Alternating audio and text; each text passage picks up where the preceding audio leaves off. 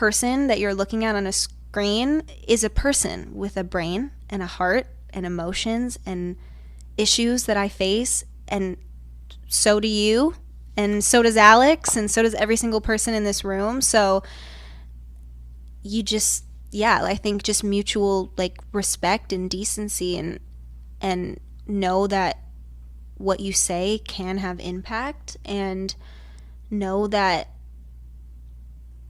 I guess that's what I would say. God, I think I would have been a little nastier, but I love it from you, Hailey. I mean, what I want to say would be, no, I'm just kidding.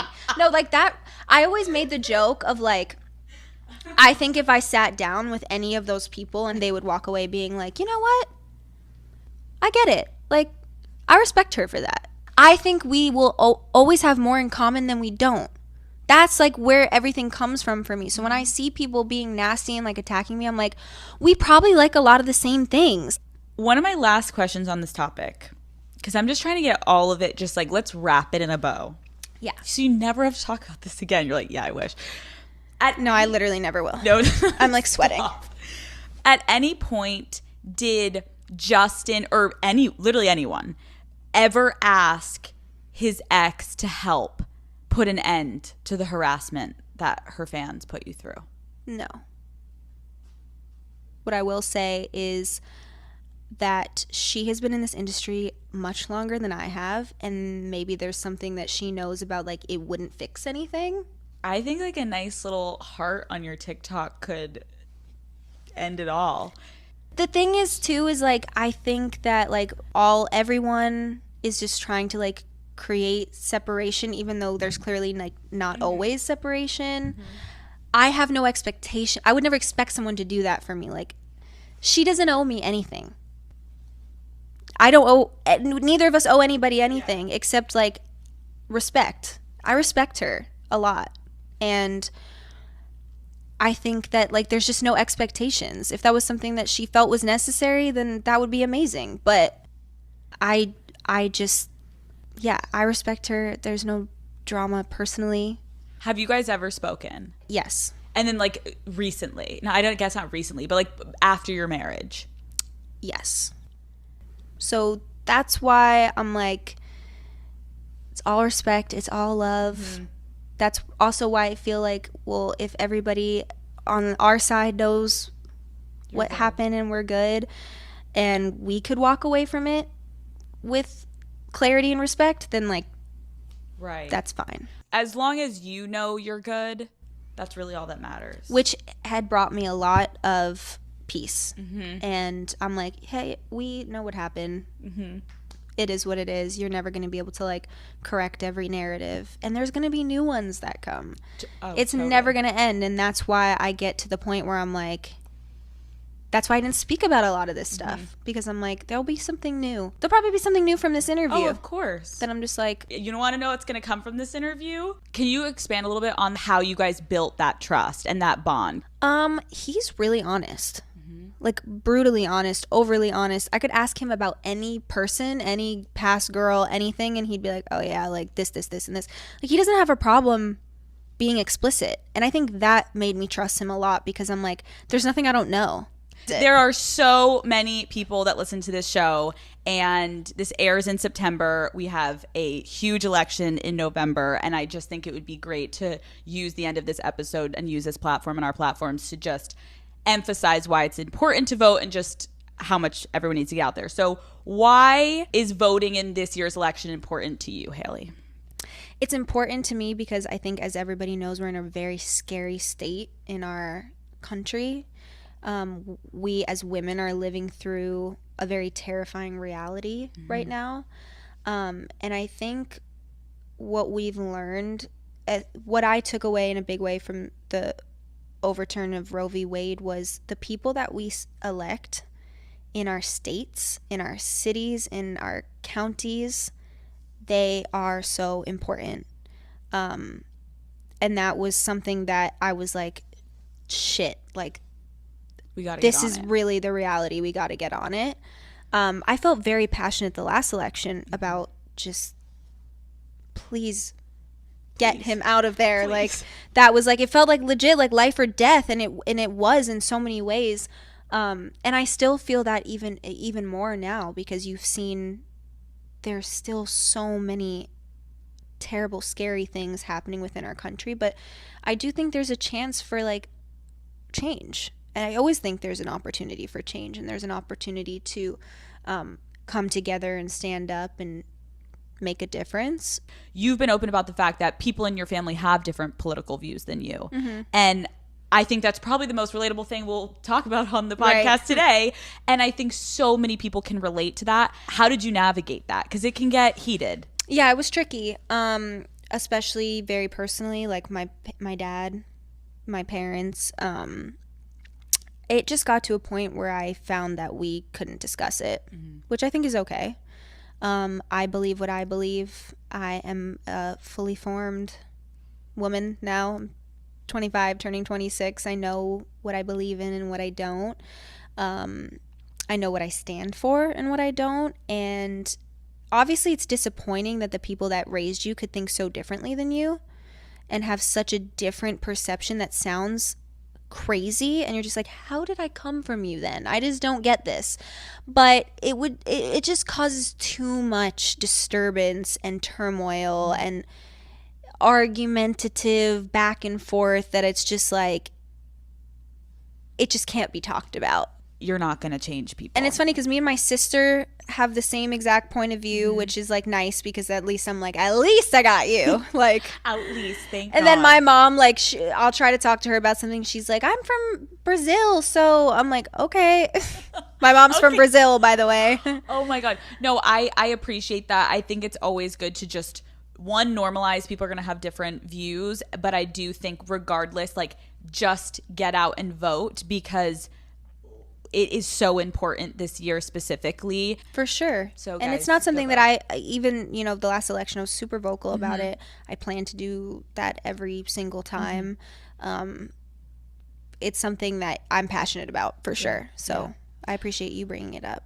What happens in New York, Haley? To be honest, I really was always a very level-headed young person, but I definitely had my moment where, like, I went to New York, I started going out to the club. Like, that's just what happens when I mean, I guess it's not just what happens. You move to New York, you're going to the club. But I got introduced to, like, nightlife and going out and drinking, and I definitely had my moments of that was like my time, probably like 18 to But I swear by the time I turned 21, I was like, ugh, I'm over drinking. Do you remember the first time you got drunk? Was it a disaster? Yes. The first time I got drunk, I was like, oh my God, this is so funny. I was 16? Yeah, I think I was 16, and I used to be a dancer, like I said before. And I think we had like a recital, and one of my friends who I danced with, she had like the best house for like sleepovers because she had like the dope basement. Oh. So we would go in the basement, shut the door, the parents would never come down, so we would take like all the alcohol and just get drunk in the basement. The two of you? No, it was like multiple girls. Okay. Like all the girls from our dance school. And the first time I like really remember getting drunk, I didn't throw up, which is like surprising. That one time I didn't throw up. Thrown up multiple times from drinking. But that one time I remember like crawling on the floor because I like could not walk, like could not stand up straight, and I was just mixing everything because I didn't know what to drink. So I can never, if you made me smell Ciroc birthday cake vodka right now, Ciroc? or like Svedka birthday cake, Pinnacle, and you would just bomb. If you made me smell that right now, I would proceed to fall into a dark hole. Like, dude, that would trigger me. That I feel like that was what we were drinking, and then like mixing it with like a beer and like a Mike's Hard and like all this crazy. Like the fact that I didn't throw up is a miracle. But I remember waking up the next day and I was so hungover. And I called my cousin who was like staying with us at the time, who I was really close to. I am really close to. And I was like, hey, 'cause she was older than me. I was like, can you pick me up from her house, I don't want my mom to like pick me up, because I had moments with my mom where I'd like go to a party or something and I would have had like a couple sips of a drink and she would get in the car and she would smell my breath. So I'm like, I can't have my mom pick me up right now. Like, she's gonna know. And my friends asked me to take all the empties and find somewhere to throw them out because she didn't want her mom to find them. So my cousin comes to get me. I take all the bags of empties. We pull over into an Olive Garden parking lot and find a dumpster, throw it in the dumpster, and I'm like sitting in the car with her and I was like, I need you to take me to church. Like, I have to go to youth group. That was like where I thought I needed to be because I felt so bad. What? I just felt bad. I felt like I did something so wrong. Like, I got like wasted and I'm hungover. I just felt like hell. So I was like, I need to go God. I need Jesus. Like, I need to go. And that's like legit how I felt. I was like, I gotta go to like church. And then I remember I went to like youth group and I was so hungover at the youth group that I was like, oh my God, I gotta go home. Like, I can't be here right now. But that was like what my instinct was, like, I gotta go. I gotta go to youth group after I get hammered for the first time in the basement. It's a classic. I feel like you are the sweetest angel. And then that's what's so funny about like me moving into New York City. It would be like Friday night, I was like in Up and Down taking shots, and then I was like going to church on Sunday, which I think is like so fine. I don't see like a problem with that. It's just the juxtaposition is really funny. The fact that you just referenced Up and Down in New York, I think I've had the most disgusting, ratchet, amazing, awful nights of my life in Up and Down. Like, 100%. Ruin your life, but also like great night. Many a traumatizing moment and great moment in Up and Down. I had a couple awful nights at Marquee, but like Up and Down specifically, you're like, God bless, thank you. Marquee. What was the one on the roof? PhD. Oh, PhD. Haley, you're like a normal human going to the ratchet spots. I'm obsessed. That was where I was from. I lived there. Do you and Justin like go out and have fun still? Are you able to do that? Oh, okay. We went out last night to Delilah. Oh, which was fun. There you go. Yeah, I think definitely both of us do not turn up the way we used to, just simply because it's never worth the way you feel. Absolutely not. I feel like now I get hungover by accident. Mm-hmm. Like, I wasn't trying to. It was just like that last glass of wine. You shouldn't have done it. It's hard for me.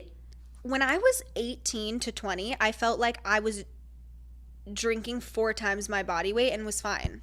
A full like water bottle of vodka would be in my system, and I'd be like, I'm cruising through the night. I would wake up the next day, give me a bacon, egg, and cheese and a blue Gatorade, and I'm fine. Haley, did you like rip that for me? Because that is my order. Please and thank you. In New York, you go to a fucking bodega. I had to either get a bagel and a blue Gatorade. It had to be blue Gatorade though. Always. The only. Bacon, egg, and cheese on a croissant, blue Gatorade. You're back. You're fine. Thriving. Never been better. Haley Bieber, thank you so much for coming on Call Her Daddy. I really appreciate you opening up. You don't do a lot of long form interviews, so I appreciate you trusting me and sitting down with me. Of course. Thank you. Good. I think I had an expectation where I know coming on here with you, you're going to go there. That's just the reality of the situation. I wouldn't have agreed to it if I didn't know that was the case here. I think there's a lot that I've avoided speaking on for a long time, that it is my life, so I should be able to like say what I want about it. You go there in a certain context where it's like I've not gone before, and I think that's like a personal challenge to myself that I wanted to like push myself to like, you know, it's okay to be like I was uncomfortable multiple times in this conversation. My feet are inside of the couch.